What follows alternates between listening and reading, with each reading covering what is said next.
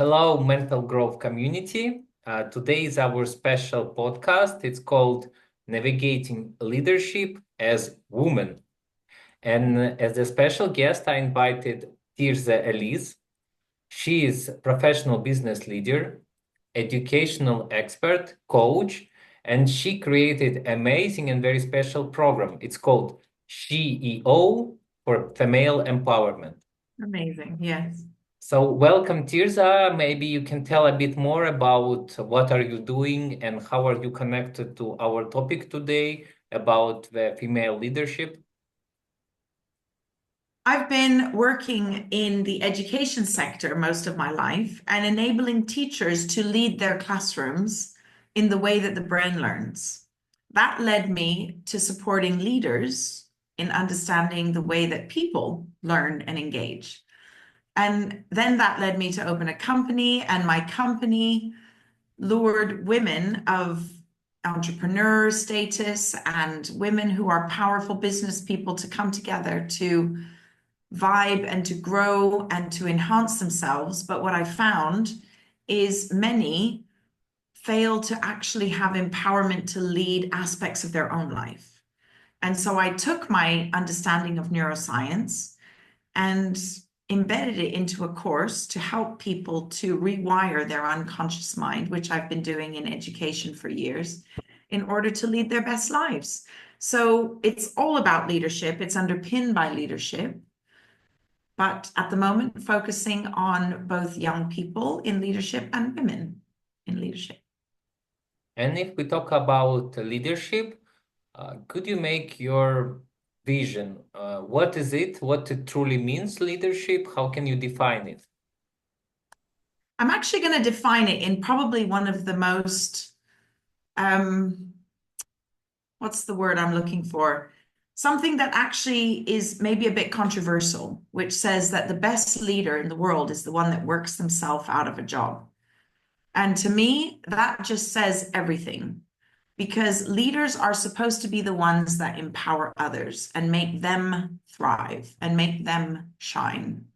And what I've learned by doing that myself is actually you become indispensable, because everyone wants to work for a leader that makes them feel that they are the ones that are noticed, that are wanted, that are smart, that are the ones driving projects. And that comes through something called transformational leadership, where you lead with a vision, you engage your team to, or yourself, which is what the CEO is all about. You engage people to say, what is the way that I can make this vision come alive? And when they decide what's happening and they drive it, then they become the power behind it. Then all of a sudden you have the best team in the world. And so to me, that's the best leader, because you've brought people in from the strategic level and you enable them to have the platform to use their own brain and their own capacity to bring brilliance to your service. And I'm telling you, in this way, you actually bring to life the old theory of 6 brains are better than 1. Amazing. And can you tell me what is the difference between management and leadership? Management is functional. It's about the day to day. It's about getting jobs done on a rota, on a schedule. It's about looking at a rota, times that you come in, a plan. Leadership is about empowering the mind. It's about empowering people that are on your team. It's actually about being strategic in choosing the right people who have the right skills. It's a whole thing around knowledge competencies and knowledge management, and thinking, what skills do I actually need in order to make my strategic vision come to life? And then continuing to make sure that your team has got the skills and the knowledge, and looking at professional development, professional growth, making sure training is involved. Your role as a leader is just to empower the people that work with you. And that, to me, is the difference of leadership versus management. And I've been under managers before, and I flippin' hate it. I hate it. I hate managers because they mark your time, they mark your budget, they make you say how much you should owe, and It's all very functional. It doesn't release brilliance, and it definitely doesn't inspire growth. Mhm. Interesting. And when we talk about female leadership, is there any specific topics about that? Because I think why people talk about it especially, yes, because traditionally we think leader is something about man is leading the army or some, basic associations that we have. But then nowadays, of course, it's changed, but is there really like specific change or it doesn't really matter? Leadership is for all, or there are specific things about female leadership? I think females have a real skill in problem solving, and I also think males have it too, but females have it more when it comes to people. Males have it more when it comes to numbers, facts, details. So I believe that female leadership has been missed when it comes to enabling thriving teams, because there is a capacity that women have, and we go back through centuries, back to Neanderthal man, where women actually are the ones that bring communities together. They make families talk, they bring the parties together, they have the children play dates. And that's where we bring minds together. Men are very, very skilled at creating structures, creating companies, organizing money. And unfortunately, women in today's world, I definitely believe in my personal experience for the last 30, 40, 50 years, women are trying to be leaders like men. So they're trying to do all of this traditional business function stuff, which is the data, the numbers, the business development. But actually, what women really excel in is people and brains and minds and bringing them together. And we need to build on that now. And actually, the world is needing that more and more because money is coming because brains are brilliant. And what women are really amazing at is noticing brilliant brains, noticing who connects with who, and bringing minds together and making that thrive. So I think that there's a whole aspect of women's leadership that is still yet to be seen because the world is changing in that way. I do believe that there are some challenges currently today when it comes to women's leadership where they feel that they have to achieve the same as men or they have to show up at the same as the same as men. But we are just as powerful as each other, men and women, but we also are equally different powerful, and we need to revel in our different powers and not sort of try to compete and be on the same space. We can be on the same team, but at different spaces because we have different skills. What do you think? I was just thinking now that not long ago I was reading that one of the key skills that nowadays people need for any type of work is emotional intelligence. Mm-hmm. And then I thought about females that I know who are more like leadership and less leadership in their life. And I think that those females who are managed their emotional intelligence wisely, they have significantly influence because yes, it's kind of not like I will tell my words. It's kind of female have more energy, kind of in the way of emotion. Their emotional Yeah. energy are stronger. They're like kind of bigger. But the point is that they don't really use this energy for a leadership. Maybe subconsciously they do, but if I think if they will put more conscious in it and try to like have specific, as you said, strategic aiming on that, it can lead to very interesting results. I think it can be so powerful. And I believe if we stop fighting with the labels between men and women and we just revel in the different superpowers that each gender has, we could be so amazing because women are superpower when it comes to connecting people and bringing communities together and understanding what competencies people need to have. And men are amazing at working out the money and the connections with different businesses and which line of business works with ours. They're much more about house build. If we look at our traditional man and woman back from Neanderthal man, the women created the community and the men built the houses and brought the food in and made us stay alive. So together, we can be an amazing powerhouse.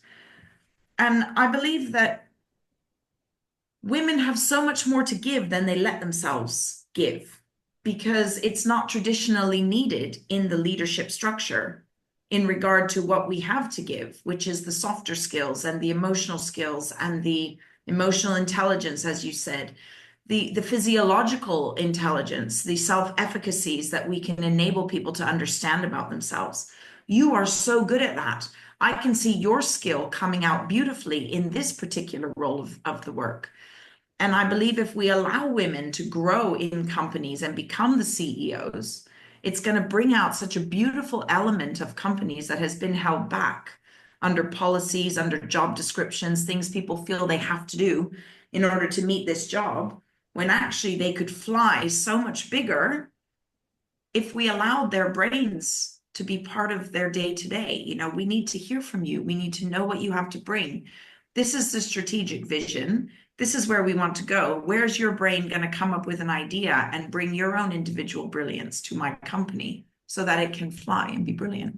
In this question, I want to ask you one question. It's connected to my own experience because I also lead the startups and work in venture capital. And I noticed that very often this type of concepts, we can say talent acquisition, about growing the right mood and right atmosphere of the team. Mostly these type of questions arise after some maturity of the company. And when we talk about startups, people so limited in resources and so strictly on the market that they really can try to, as fast possible, pushing themselves to match with results. And in this case, what do you think about female? Because maybe for female, you need more kind of a grounded structure where we can, I don't know, relax, where we can blossom, or they also can be this like early fighters for the startup. I think it's really important to make sure you have the practical groundwork, you know, and actually making the proper plans.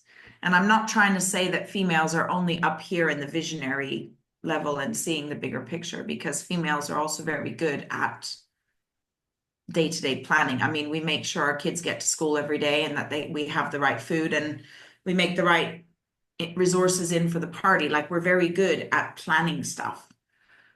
I also think, though, that it's really important that we highlight to people as entrepreneurs, don't lose sight of both, but make a focus first on the practical, which is laying the foundation. And you know you're going to have the visionary skills from the beginning, and you're going to use your vision from the outset, but then pull right back, make the foundation, do the research, make sure people are going to buy what you have to offer.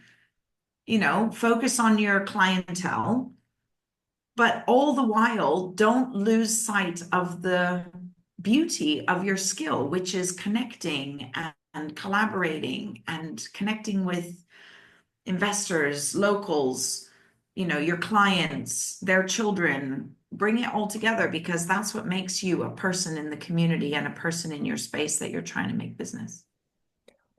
In this case, I see that for females, the very important role is the communication. And to communicate nicely, yes, to communicate, as you said, you should not forget about your beauty. Can we talk about a bit more? Because I think there a topic of self-regulation comes out and a topic of self-care and how to do that, especially for those female entrepreneurs who have their family, who have this, and they, on top of that, it's trying to do some startup, like how to not to die, how to blossom, how not to And be thank you for asking that. That's so important. Like, you have to take time for yourself. Like, if you don't level all of this out by saying, actually, all of this that I'm doing and giving to others, I have 4 hours a day or 5 hours a day, because the rest of the time I need to take care of myself, my family, make sure I exercise, make sure I sleep, make sure I connect with some my own research and learning. So it's so vital to plan that day out. And I know that women can, especially women leaders or aspirational leaders, can be easily swayed to just do everything that is about driving and business and growth, and then they deplete their own cup. You know, you're empty at the end because you're just all emotion and all giving. So it's so important. Thank you, Yi, for mentioning that, because it's vital that you plan out, you know. And what I'm telling in my course as well is look at the month, not the day or the week, because women thrive at different times of the month. We have our menstrual phase, we have our follicular phase, we have our, various phases in the month, luteal phase, where we go through different energy levels. So also plan within that. Okay, so this part of the month, I'm much more energized. This part of the month, I need to be reflective. This other part of the month is my planning phase. This other part of the month is my outward phase, and I'm connecting and I'm growing. And in those sections of the month, you also plan those sections of the week in the day. Make time to sleep, to meditate, to exercise, to have family, and then go do your work. Because we are such givers, we forget to give back to ourselves. So that's super important. And I've got that in my course and in my podcast and in my blogs. So that's really good. True.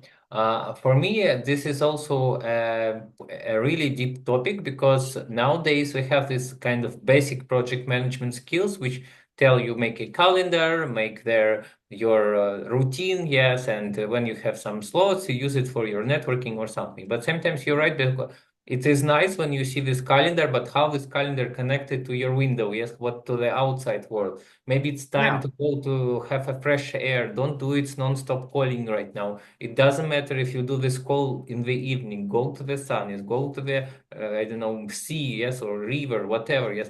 Just try to align your mental processes with the real physical world. And this sometimes that we really lack of. And then when we start to think about it, it's kind of too late when we have diseases or some problems or depression or so you need to restore sometimes So years. important. Yeah. Yeah. It's so important. And you have to make your calendar against a larger picture than a day or a week. And I think the whole world needs to move to this mindset. If the sun is beautiful outside and it's going to regenerate you so that later in the evening you have more time, nobody says that the most productive people in the world work between 9 and 5. Like we can have a different capacity for hours, for energy. When we're feeling full, we need to have a little rest on the sofa. When we're feeling energized in the morning after a workout, then that's when we're going to do some work. Follow your body, follow your mind, what your energies are telling you. It's really important because energies are really powerful. And putting that energy out in words or in actions or even diary organization then gives your brain the capacity to focus at those different points. And men and women are different. So men need to have their focus points different in the day or the week or the month. And so do women, because of our biological processes that are happening. And when we talk about female empowerment and female leadership, maybe even female business, can you name like top 3 challenges which are most frequent your clients tell they have, and how to deal with these problems? Top 3. I'll name top 3 or 4, but they're not in order. So the Okay. first one is being overly subservient. That's one I get all the time. Maybe forgetting the word no, or I don't have capacity or time to do that, and just giving too much of themselves. Another one is not being confident enough to say what it is they deserve or they need. So almost saying yes too many times, which obviously is similar, but sort of saying, you're not confident enough to say, I deserve that raise, or I deserve that new position, or actually, I don't deserve you to give me this particular remit because that's not what I need to do. So those are 2 big ones. Another one is with health. I think that's huge and very unspoken in the workplace because we have our bodies changing. We have a monthly cycle. Women feel unwell certain points of the month, certain age, after 45, it's hard. You get brain fog, you're going through perimenopause symptoms, but you're still striving in the workplace. It's not spoken enough about to sort of say what you need. So that's another one. I think another really key one is women don't believe enough in themselves that they deserve to be with the top people. They don't deserve to be at that top level. there's not enough self-efficacy, there's not enough self-worth. And that could be because of culture or because of historical, messaging or, communication given to them around where their place is in the world. So I think that's a big one. And finally, money mindset. They don't deserve to be as wealthy as the husband. They're the ones that are the lower earners. So claiming their price or naming their fee is often a challenge for them as well. So those are some of the ones that I've heard from my peers or my colleagues or clients. Yeah, I know what you mean. For example, my sister, she's married for Armenian guy, and he's from very traditional family. And he never allowed her to work, and she all the time did all this higher education. One higher education, second higher, because she was like active. She wanted to have some communication, socialize, and at the end she was struggling because she got this habit of like following the man in the way of her finances. And then after some time, so when her child already grew up, they broke out and she needed to start new life. And she really like struggled because her mindset wasn't ready. She all the time was suppressed by these traditions. And when she was open to herself and her own desires, she was in shock because she didn't know how to find them, how to unlock this feeling that I can do this, I can do that, like how she was this kind of panic from one point, from other point she was completely without energy because what to do? She don't know how to like activate this again. It's really big. It's really big. And people who are in more traditional, and we say traditional, what is traditional? But yeah, what we know, whether it's religion, whether it's societal, these traditional elements where your place is in the kitchen, your place is in the home, but they're desperate to allow their brain to thrive. I know I have a few clients who even were top CEOs who actually did loads in the workplace, but never actually went as far as they wanted to in their own personal lives with their family or their friends because I'm the wife. This is my place. I have to listen to my husband or what my husband tells me I have to be like. And it's all come from something that is not actually rooted in our race. It's been influenced by religion, it's been influenced by cultural expectations, social expectations, etc. And it's not the power that we actually have as women. And women probably are the best problem solvers when it comes to multiple problems. Men are amazing problem solvers when it comes to one, and it's generally to do with money, structure, very much physical things. Women know the underpinning complexities so much better, and we problem solve through those so well. And this is why we are so key when it comes to knowledge competencies, emotional intelligence, and we have to allow ourselves to thrive in that because that is our superpower. And that's what leadership needs, is to bring teams together. So we need to big up women in the workplace. We need to big up women in the family space.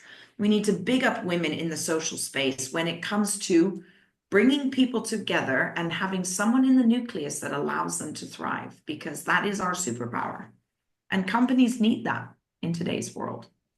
I have question here for you. Maybe as a person who I was born in Russia, and in Russia we have this kind of also traditional kind of mindset, or you can say traditional harassment mindset. But still, the topic is that, for example, European females, they are sometimes look like males because they're doing so much male things that at the end, even their appearance, they don't care so much about their dress. They start look clumsy. They're not really so beautiful. And when we go to family, any men can't live with them because they are so much pushy and aggressive and so on. So my question for you is how to balance this emotional deepness and authority, kind of, if you understand what I mean. I do. So in my marriage, which I was married for many, many years, I'm not anymore, but that wasn't because of our difference between men and women. And I do believe that we really got it right in that front. And I know what you're saying. and there's been a swing in the sort of women's movement or women's lib or whatever back in the 80s that we have to be as powerful because for so many centuries women were squelched, right? So there's been this swing, and to put on a suit, to cut your hair, to be more like male so that you're respected. Now things are almost swinging the other way, where it's like women, women, women, but then this kind of middle bit is so uncertain. And that's where you get this awkwardness that you were describing. People don't really know how to be strong. So let's be a bit more male. And I think we're losing ourselves. We're losing the beauty of the two genders.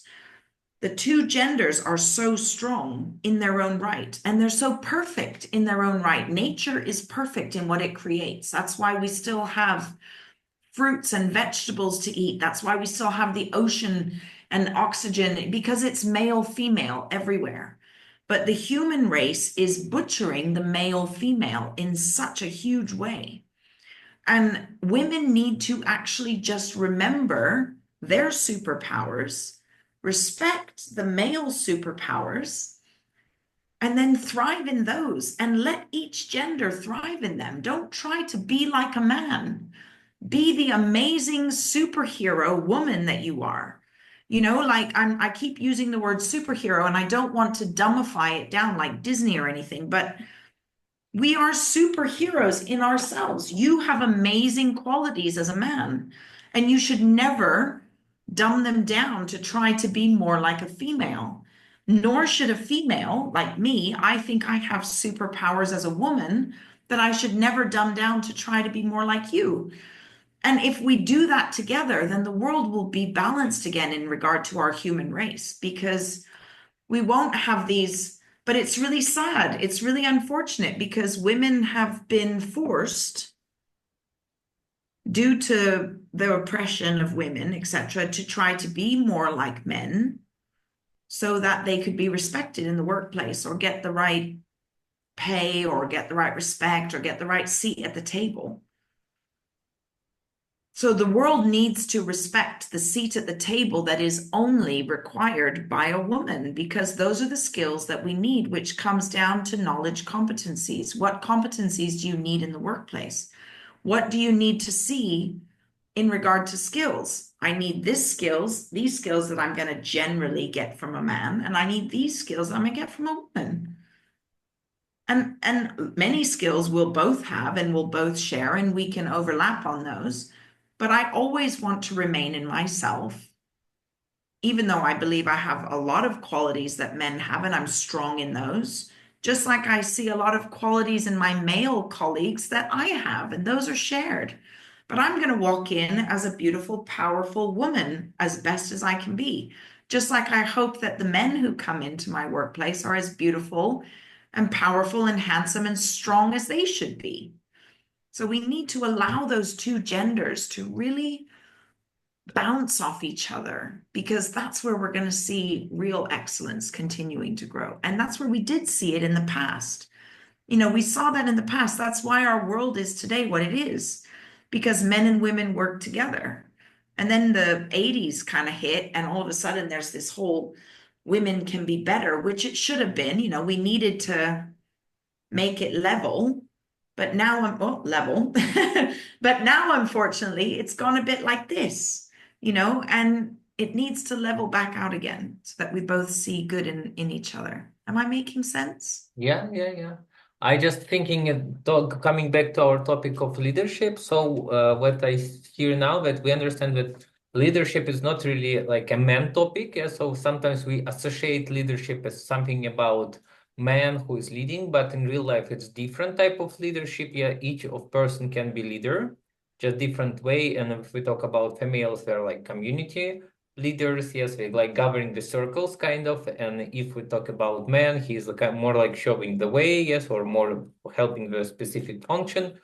But same time, any of us can use depending on the need. Yes, just we should remember that it does not making us lose our gender authenticity. For example, if for now you need to be more emotional man, it's normal, yes, or if female need to be more function, and I don't know, database, it's also I normal. think so. I think what I'm really trying to say is any gender can lead a company. if you have the knowledge and skill base on that particular topic to lead a company, either one can do it.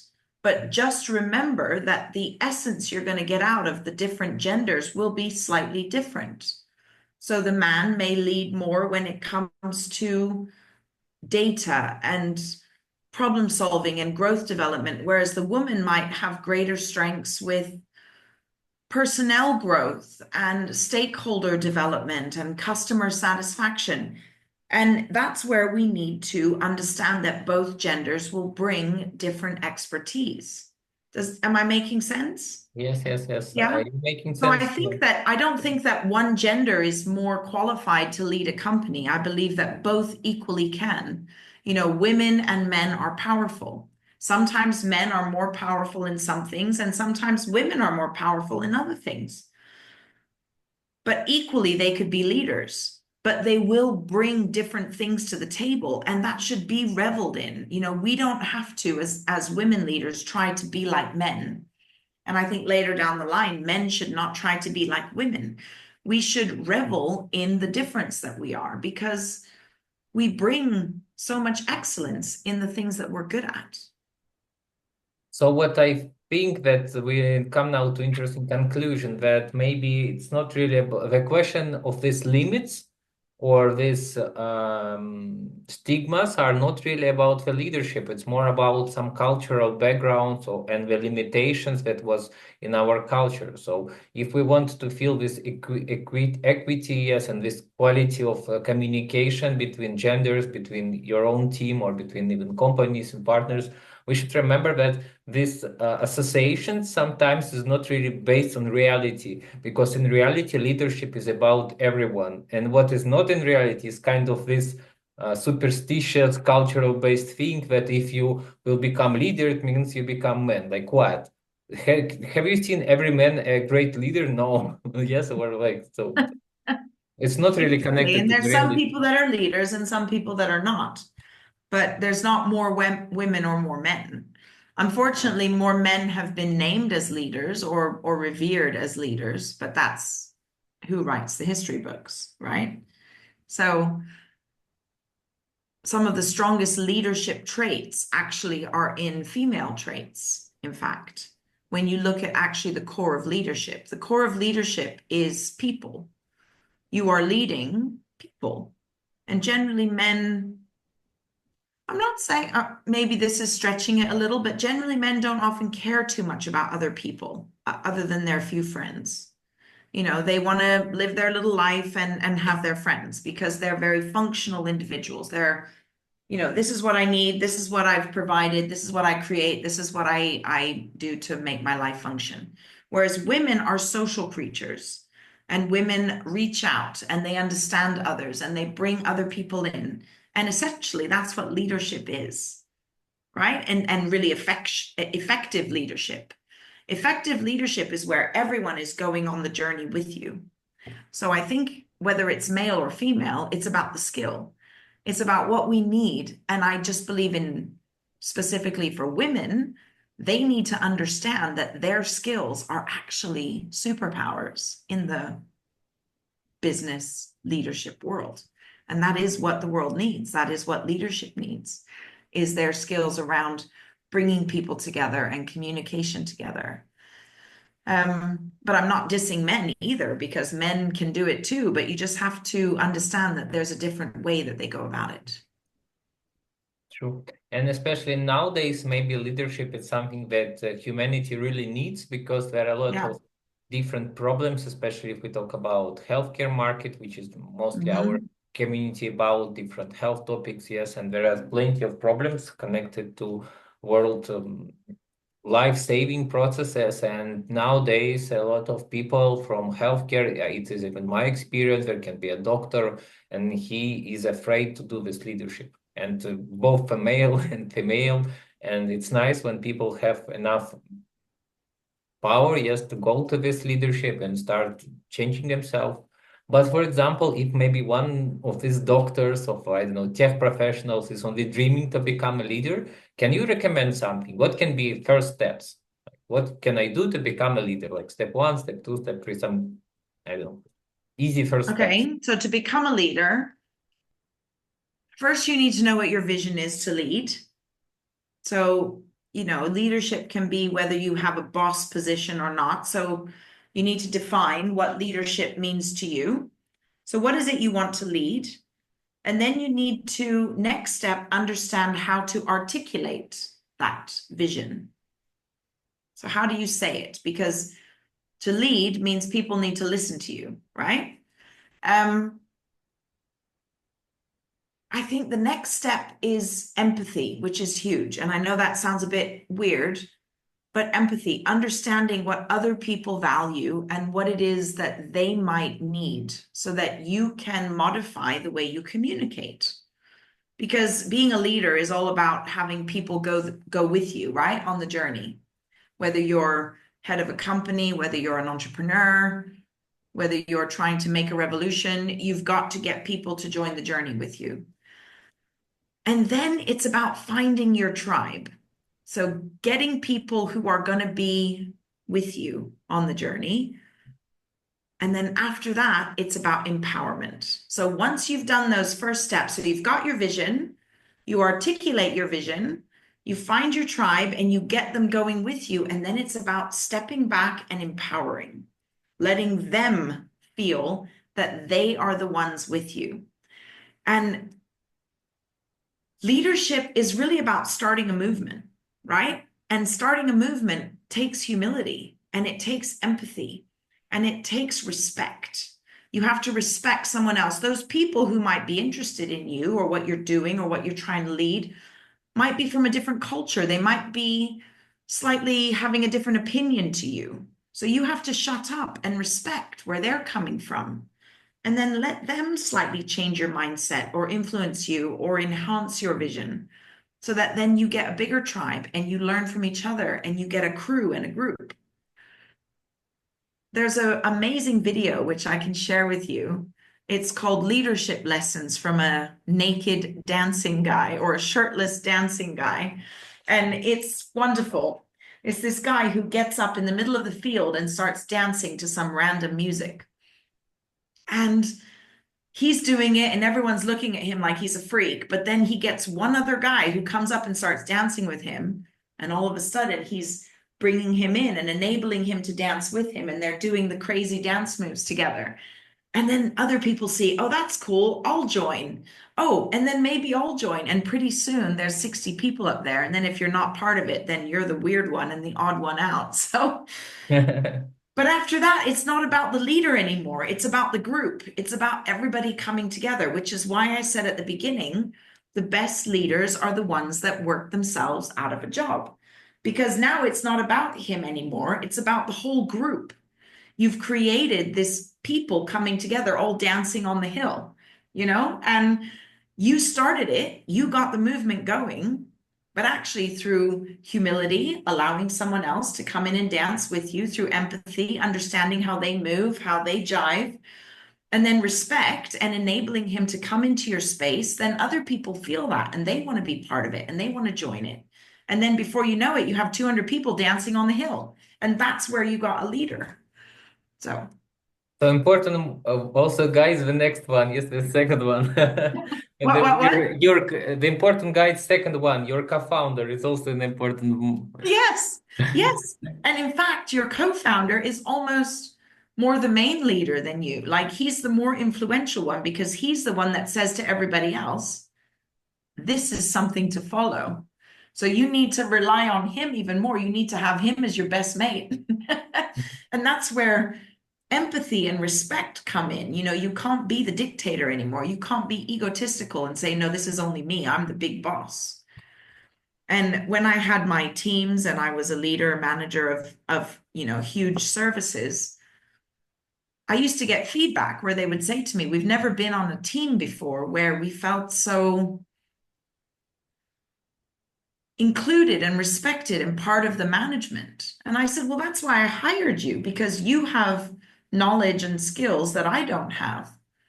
So we're equal now because I want my service and my team to be the best it can be. So I've got these skills, but I don't have those. So I found somebody who has those, which is where I talked about competency, knowledge competency or competency management, because you need to look at what it is you're trying to create, what your vision is, what you're trying to do as a leader, and then say, okay, well, what skills do I need to bring that in? And it's the same as getting on the field and starting to dance like a crazy person. Then you'll attract your people who are willing to do that with you.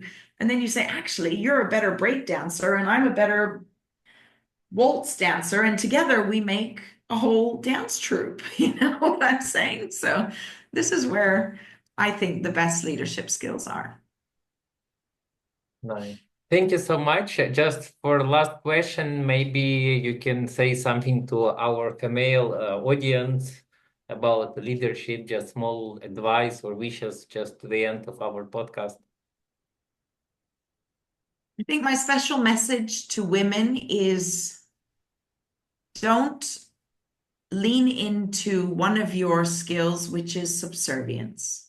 If you're going to come in as a leader, remember that you have to protect yourself. You have to take care of your wellness first, and then you will be full enough and well enough to be the strong leader that you are meant to be. Women often fall prey to giving to other people too much because it's written into our DNA. And then we become exhausted, we become tired, and we don't have the strength to be as powerful as we should be. So take time for yourself, pull back, learn how to say no. Remember, no is a complete sentence.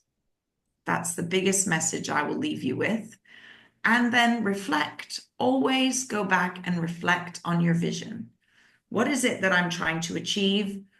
What is it that I've started with? And where do I want to go? And sometimes you have to say no to some of the other influences or noises or opinions. But lots of opinions come when you're a leader, and everyone says you should do it this way, or maybe you should change that, or your focus should be over there, your social media should look like this. And we are pleasers. We please people. We make dinner parties. We bring people into our homes. That's who we are. But as leaders, you have to leave that behind. And you have to take care of your own self in regard to, this is my vision. This is what I set out to do. And this is where I'm going to say no. And I'm going to love you and leave you and leave it at that. Thank you so much. It was Tirzah Elese, an expert in coaching and business, and she has an amazing educational program for female empowerment. And you can see the link under this video for her LinkedIn and check her courses if you feel that you want to know more, or get it into practice, because the knowledge that is not practiced is, yes, it's only a knowledge, but That's we need right. to have results at the end. Beautiful. Thank you, Yi. It's been wonderful to be on your podcast. Thank you for inviting me. And I Thank hope you. that I was able to empower some of your listeners. I hope so too. Thank you. So it was Mental Growth Network podcast with me, Meandr, and see you soon. Bye bye. Bye.